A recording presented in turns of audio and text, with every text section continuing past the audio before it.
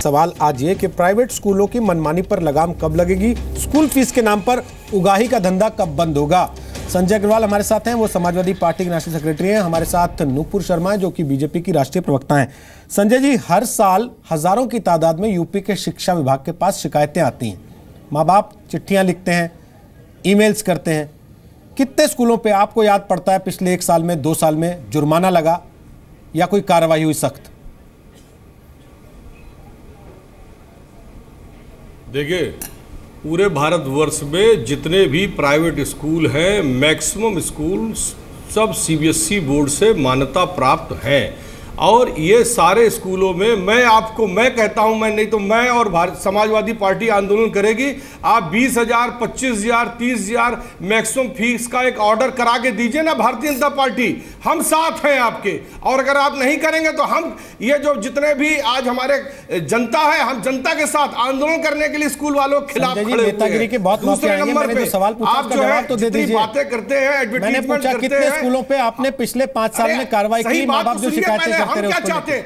Samajwadi party यह चाहती है कि सेंट्रल स्कूल में जितने भी छात्र छात्राएं पढ़ते हैं वो हमारी जनता, हमारे परिवार, बच्चे हैं, पूरे देश के लोग हमारे, हम साथ हैं भाइयों बहनों। क्या चाहते हैं मैं ये नहीं पूछ रहा हूं, 5 साल आप सरकार में थे, आपने क्या किया मैं ये पूछ रहा हूं, ये तो बता दीजिए सर। है ना, आप गलत क्यों कर रहे हैं? नकेल लगाएंगे। अरे फीस कम करिए, केंद्र में प्रदेश में सब जगह आप बैठे। सर आप भाषण देने का मौका चूकना नहीं चाहते, आपको लग रहा है आज मौका मिला है, वैसे पता नहीं कोई सुनेगा या नहीं सुनेगा, आज यहाँ से भाषण दे लो पूरा। फीस कम हो। ठीक है सर, नमस्ते हमारी तरफ से आपको, धन्यवाद आपका, आपने सवाल का जवाब नहीं दिया। एक भी स्कूल पे आपने कार्रवाई की होती तो आप बताते छाती ठोक के कि हमने ये कार्रवाई की, लेकिन आप नहीं बता रहे, आप गोल कर रहे हैं। आप कह रहे हैं हम आंदोलन कर देंगे, हम सड़क पे उतर आएंगे, हम नारा लगाएंगे। अरे माँ बाप नारा लगा रहे हैं बेचारे, माँ बाप खड़े हुए हैं सड़क पे। आप लोगों ने 5 साल तो उनको रास्ता दिया नहीं सर। राहुल सिन्हा, अरे आप राहुल सिन्हा, हाल ही नहीं होता, राहुल सिन्हा इनको खूब रास्ता दिया। राहुल सिन्हा आज जो बातें कर रहे हैं साथ हैं संजय जी, अच्छे रास्ते पे हम साथ हैं। Sanjay ji please please sir, मजाक के लिए नहीं बैठे हम लोग यहाँ पे,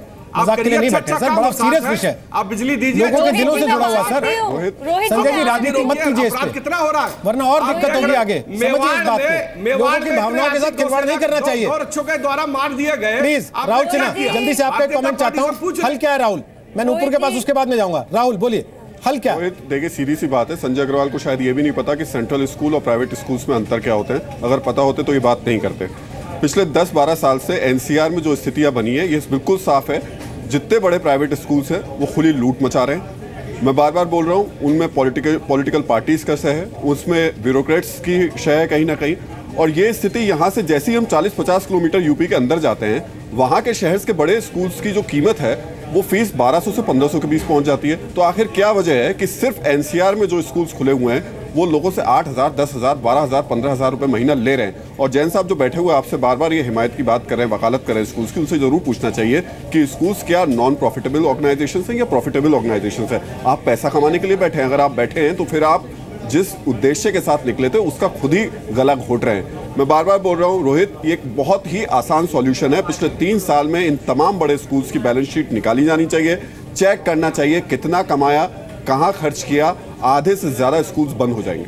और ये भी पता करना चाहिए कि कितने स्कूल अपने टीचर को वाकई छठे पे कमीशन के हिसाब से तनख्वाह दे रहे हैं जिसका दम भरते हैं, और कितने 7वें पे कमीशन को अप्लाई करेंगे जिसके नाम पर फीस बढ़ा रहे हैं। नूपुर शर्मा, श्रीकांत शर्मा तो कह गए कि 3 महीने में हम कमाल कर देंगे। आप मुझे केवल ये बता दीजिए, गुजरात के अलावा राजस्थान में आपकी सरकार है, महाराष्ट्र में आपकी सरकार है, मध्य प्रदेश में आपकी सरकार है, हरियाणा में आपकी सरकार है, बताइए कितने प्राइवेट स्कूलों को लेकर आपकी सरकारों ने कमाल कर दिया है, जहां माँ बाप खुश हो गए कि अब हमें फीस के नाम पे लूट का सामना नहीं करना पड़ रहा। तो मैं मान लूंगा 3 महीने में यहां भी कर देंगे आप। एक सेकंड आप ये सुनिए रोहित जी, सबसे पहली बात ये है कि फिजूल बातें जो अभी दूसरे प्रवक्ता करके गए हैं वो मैं बिल्कुल नहीं करने वाली हूँ। सबसे पहले सुन लीजिए कि एक रेगुलेटरी अथॉरिटी, रेगुलेटरी बोर्ड बैठता है जो प्राइवेट स्कूल की जो फीस है वो ज़्यादा ना बढ़े, हर साल 25 से 30% ना बढ़े, उसके ऊपर कंट्रोल जमा के रखता है, जो डायरेक्टर ऑफ एजुकेशन के अधीन आती है, क्योंकि ये स्टेट सब्जेक्ट है। इसमें राजस्थान में, महाराष्ट्र में, तमिलनाडु में, गुजरात में और दिल्ली में खासतौर पिछले साल के उच्च न्यायालय और इस साल के सर्वोच्च न्यायालय के डिसीजन के चलते रेगुलेटरी बोर्ड्स बैठे हुए हैं। मैडम मैं आपको 2 एग्जांपल दे देता हूं। राजस्थान के स्कूलों ने इस बार 12% फीस बढ़ाई है। हरियाणा के स्कूलों के माँ बाप परेशान होकर सीएम के पास गए थे, उन्होंने कहा समझौता कर लो। अगर आपने नहीं देखा हो टीवी पे तो मेरे को नहीं, मैं मानती हूँ एक कंप्लेंट गई भी है। अब मैं जरा कंप्लेंट के आंकड़े भी गिनवा दूं आपको। 2014 में 8 कंप्लेंट गई थी, जिसमें से 4 उत्तर प्रदेश की थी। ये बड़ी फीस की, ये बिल्कुल ही प्रोपोर्शन से बाहर बड़ी हुई फीस की बात कर रही हूँ मैं। 2015 के अंदर 14 गई थी, जिसमें से 5 उत्तर प्रदेश की थी। 2016 में 8 गई थी केवल, जिसमें से 6 केवल उत्तर प्रदेश के स्कूलों से आई थी। इसी वजह से हमारे 2 हफ्ते पहले आए हुए, 3 हफ्ते, चलो मैं मान लेती हूँ, 3 हफ्ते पहले आए हुए मुख्यमंत्री ने ऑलरेडी एक ब्लूप्रिंट बना के तैयार कर दिया, जिसमें उन्होंने अपने ब्यूरोक्रेट, सरकारी अफसरों से ये कहा है कि मुझे आप 90 दिन, 6 महीने और 1 साल में क्या क्या कर सकते हैं, सरकारी अफसरों से आप मुझे बताइए। क्योंकि एक तरफ आपके प्राइवेट स्कूल हैं जिन पे आपको कंट्रोल करना पड़ेगा, दूसरी तरफ आपके वो गवर्नमेंट स्कूल्स हैं जिनकी इतनी बद से बदतर हालत है, जिन पे एनरोलमेंट भी कम है, और साथ ही में सब बहुत बड़ी बातें करते हैं साहब। इशू यही था कि टीचरें पहुंचती नहीं थी सरकारी स्कूलों में। इन टीचरों के ऊपर जो प्राइवेट कोचिंग इंस्टीट्यूट, जो सरकारी स्कूल में पढ़ाते हैं टीचर, जो प्राइवेट कोचिंग इंस्टीट्यूट में जाके पढ़ा रहे हैं, अपना टाइम काट के उनके ऊपर एफआईआर दर्ज करने का भी डायरेक्शन, निर्देश दे चुकी है सरकार उत्तर प्रदेश की। और मैं आपको बता दूं तो जो मैं तमाम चीजें कह रही हूं, आई थिंक हमारे योगी आदित्यनाथ जी ने ही कहा है कि नर्सरी से बढ़कर अंग्रेजी कंपलसरी कर जाएगी, फॉरेन लैंग्वेज पहली बार इंट्रोड्यूस की जाएगी, संस्कृत लैंग्वेज पहली बार इंट्रोड्यूस की जाएगी, और उत्तर प्रदेश जब आप फीस दे पाएंगे। आप इंट्रोड्यूस कुछ भी करते रहिए, इंट्रोड्यूस तो घुड़सवारी भी है, राइफल ट्रेनिंग भी है, फीस भी ली जाती है उसके नाम पे। वो ट्रेनिंग दे रहे हैं क्या स्कूल वाले? आप समझ नहीं रहे बात को। आप मुझे क्वालिटीज बता रही हैं कि हम एजुकेशन में ये डाल देंगे। मैं आपसे कह रहा हूं भाई उतने की एजुकेशन तो दिलवा दीजिए जितने पैसे उसकी जेब में हो। आप सुन लीजिए रोहित जी, आप फर्क बात कर रहे हैं। मैं गवर्नमेंट स्कूल की बात कर रही हूं। जब तक आप गवर्नमेंट स्कूल का स्तर नहीं बढ़ाएंगे, अब तो आरटीई के अंदर आता है 2002 के अंदर जो अमेंडमेंट आया था 21A आर्टिकल, उसके साथ ही संविधान के अंदर लाया गया था। दो अलग अलग चीजें हैं।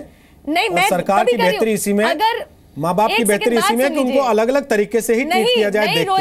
अगर आप लोग ये सोचेंगे कि गवर्नमेंट स्कूल का स्तर सुधारेंगे तब प्राइवेट कंट्रोल में आएगा, तो मुझे नहीं लगता कि ये 5 साल में भी आप लोग कर पाएंगे। मैंने ये नहीं कहा, मैंने आपसे साफ बात कही है कि control, regulatory body. Madam, Delhi सरकार का तो दावा है कि हमारे प्राइवेट स्कूल, हमारे सरकारी स्कूल प्राइवेट स्कूलों को मात देते हैं। दिल्ली के प्राइवेट स्कूलों की फीस आपको मालूम है ना कितनी है?